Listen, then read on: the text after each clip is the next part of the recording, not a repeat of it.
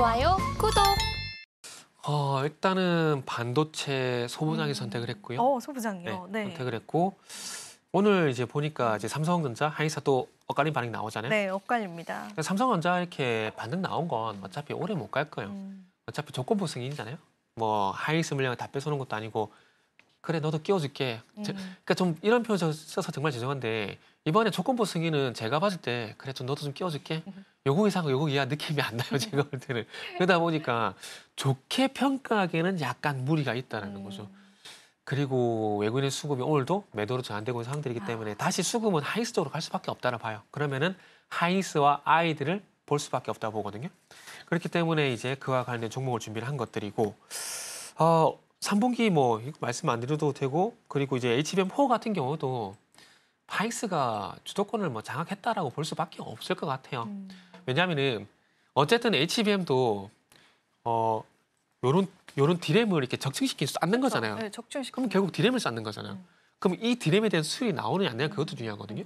근데 차세대 디램 쪽을 보게 되면 이제 HBM4 같은 경우는 삼성전자가 일단 먼저 1A, 1B, 1C 이렇게 갈 수도 차세대라고 보시면 돼요. 1C 디램을 쓴다 그러고 하이닉스 같은 경우 일단 1B 디램을 쓰고 4E에 이제 C를 쓴다 그러거든요. 근데 웃긴 건 삼성전자가 1C 디램이 수율이 안 나와요.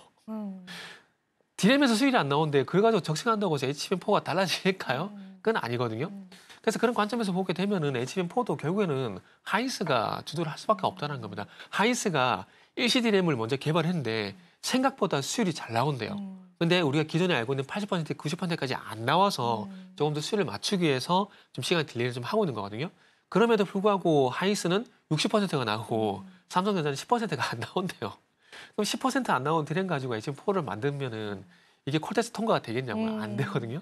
요즘에 오늘 시장에서 이런 얘기도 나오더라고요. 하이닉스가 이제 대거 공개 채용을 시작을 했는데 그것도 경력자들을 이제 공개 채용을 한다고 합니다. 많이 네, 그래서 삼성 직원들이 많이 지원을 했다. 그래서 뭐 이거 인력 유출까지 되는 거 아니냐 이런 이야기들 좀 나와서 삼성전자에 관해서는 여전히 그러면은 이제 비관적으로 조금 보시는 거죠, 이사님께서는. 예전에 가지고 또 1등 프리미엄을 가져와야 시장에서 제가 아니라 시장에서 보는 시선이 달라지지 않을까요? 삼성전자가 그래도 삼성전자 얘기를 들었던 이유가 뭐냐면은 어쨌든 메모리 쪽에서 1등이라는 프리미엄이 있었잖아요. 네. 근데 지금 그거를 SK 하이닉스 쪽으로 뺏겨버린 상황이거든요. 1등 프리미엄이 어찌 보면 삼성전자를 방어하는 역할을 했는데 그 방어막이 사라진 상황이에요. 그럼 좋게 볼 만한 여지가 과연 있을까요? 그렇다고 해서 삼성전자가 망한다라는 건 아니지만 어쨌든 SK 뒤에 뒤져버렸어요. 지금 화면에 보시면은 3분기 뒤집어진 상황이잖아요. 저는 5조 생각하고 있는데 시장에서는 4조까지도 생각을 하고 있더라고요. 저 차이면은 삼성전자가 정말 미친 척하고 정말 빠르게 따라잡다 하더라도 향후 2년에는 못 따라잡아요. 반도체 부분 저렇게 뒤집은 상황인데 아무튼 뭐 저런 상황이다 보니까 좋게 말씀드리기가 좀 쉽지가 않다라는 것들이죠. 그리고 또 저희가 이제 추가적으로 테슬라와의 이제 공급 논의에 관해서도 이제 이사님께서 픽을 해주셨어요. 이 SSD 쪽에 관한 섹터에 관해서도 좀 긍정적으로 보시는 것 같은데 이쪽 쪽은 그래도 자세히 듣고 싶거든요. 좀 생소한 부분도 있고 해가지고요. 그 낸드하고 그걸 가지고 이 SSD 솔리드 까먹었어요. 하여튼 SSD 이거 외우진 않아가지고 한 번씩 생각하면 기억이 안 나요. 저도 가끔 그래요. 제가 무슨 말씀드리고 하냐면은 ESSD, 근데 하이닉스 같은 경우는 솔리다임이 애물단지였잖아요. 인터넷에서 비싸게 사가지고. 맞아요. 근데 이게 이제 효자가 됐어요. ESSD가 뭐냐면은 요런 사각 박스 있잖아요. 사각 박스에다가 맨 앞에 컨트롤러를 놔두고 낸드를 이렇게 병렬로 이렇게 연결시켜 놓은 거예요. 이게 ESSD고 그거랑 똑같은 게 CXL이에요. CXL도 맨 앞에 이렇게 컨트롤러가 있고 뒤에 디램을 병렬롭게 해놓은 거예요.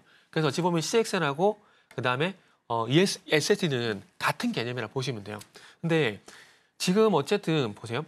AI 가속기라는 부분들 때문에 대량의 연산이 필요할 수밖에 없는 상황이에요. 그러면 대량의 연산을 했는데 그거를 다 소멸시킬 수는 없잖아요. 저장 어딘가 해야 되잖아요. 그러면은 대용량 연산을 하게 되면은 대용량 저장 장치가 필요할 수밖에 없어요. 그러면은 그 역할을 어떤 게 하느냐? ESSD 한다라는 거죠. 근데 그 ESSD는 어디서 하느냐? 솔리다임. 그걸 하이닉스가 인수를 했습니다. 그래서 옛날에 인터넷에서 바로 인수했을 때는 저 왜 저러지? 쟤들 왜 저러지? 이런 건데 이제 지금 이제 낸드 쪽 같은 경우도 낸드 쪽 같은 경우도 ESSD 매출이 상당히 많이 늘어나고 있거든요. 그러다 보니까 이제 솔리드아임이 애물 단지가 아니라 이제 보물 단지가 된 거죠. 그래서 하이닉스는 디램도 그렇고 낸드도 그렇고 다 좋을 수밖에 없어요. 좋네요. 그렇다고 이제 우리 네. 이사님의 종배는 아니잖아요, 오늘의. 오늘 그럼 어떤 종배 가져오셨어요? 종가 오늘 에이징 낸드요. 아, 에이징 낸드 네. 쪽으로? 어차피 다시 SK가 갈 수밖에 없다라는 생각을 했고 그러다 보니까 어제 오늘 뭐 내일까지 조정이 나올지 모르겠지만 이 조정이 그래서 기회라고 좀 생각을 좀 했습니다. 지금 이제 에이징 낸드 같은 경우는 과거에도 하이닉스를 한번 이제 거기서 잡아보려고 노력했었는데 안 됐었어요. 과거에 낸드 컨트롤러 설계를 한번 해보려고 했었는데 이게 AD 테크놀로지가 물론 바뀌게 되면서 글로벌 유니칩 쪽으로 이제 뺏겨버렸어요. 뺏겨버렸는데 이번에 파두랑 ESSD 컨트롤러 개발 계약을 체결하게 되면서 파두 덕에 뭐 1차 변동은 아니지만은 간접적으로 SK에 줄을 잡게 된 거죠. 그렇게 되면은 이 에이징랜드 같은 경우는 TSMC의 국내 유일 협력사거든요. 그럼 TSMC 잡고 있죠. 거기다 SK 한식 쪽으로 파두 덕에 줄을 잡게 되죠. 여기서 희망이랑 조금 더 돌려보게 되면은 엔비디아도 잡을 수 있는 그런 연결고리가 나오게 돼요. 그래서 에이징랜드 같은 경우는 이번에 파드와 컨트롤러 계약을 한 게 정말 어찌 보면 앞으로 신의 한 수가 될 수 있는 그런 결정이 될 수가 있고 그래서 나중에 SK 하이닉스가 뉴로모픽 반도체 칩을 그러니까 뉴로모픽 반도체 칩을 만약에 생산하게 된다면은 그때는 SK 하이닉스와 직접적으로 동행할 가능성도 이때 올라갈 수가 있게 되는 거죠. 그렇기 때문에 에이징랜드 TSMC의 어떤 그동안 TSMC밖에 없었지만은 이제 이제 두 줄이 생긴 거죠. TSMC, 하이닉스 두 줄이 생긴 거기 때문에 앞으로는 또 줄이 세 개가 될 수 있는 그런 기회가 될 만한 시발점이 이번에 마련이 된 거기 때문에 그래서 저는 에이징랜드 좀 긍정적으로 보고 하이닉스가 다시 상승으로 가게 되면은 하이닉스의 아이들 따라갈 가능성이 높기 때문에 에이징랜드는 지금 조정 나올 때 한번 관심을 가져보는 게 저는 좋다라고 생각하고 있어요. 마지막으로 그러면 네. 이제 가격 전략 살짝 조금 더 구체적으로 들어보고 저희 네네. 마무리 한번 해보도록 할까요? 일단은 가격 전략 같은 경우는 지금 이제 가격을 보게 되면 38,000에서 39,000 정도 이제 행보를 하고 있거든요. 그래서 오늘 5일선과 붙었어요. 네. 붙은 상황이기 때문에 여기서 만약에 반등이 나오게 된다면은 일단 39,000원 이하에서 매수를 1차적으로 매수하는 게 맞다고 봐요. 그래서 1차 매수하고 난 다음에 이제 혹시 여기서 바로 계단식으로 상승 나오게 된다면은 나머지 물량은 추격 매수가 아닌 추적 매수 관점에서 4만 원 이하에서 나머지 물량을 실어서 한번 추가 반등을 노려보시면 될 것 같아요. 그래서 일단 목표가 같은 경우는 저는 개인적으로 한 6만 원 정도까지 한번 봐도 괜찮지 않겠나라고 생각하고 있어요. 지금 바로 구독을 눌러보세요. 실시간 경제 뉴스, 투자 전문가들의 다양한 시황과 정확한 분석, 또 알찬 투자 정보까지 신뢰할 수 있는 저희 서울경제TV와 함께하세요.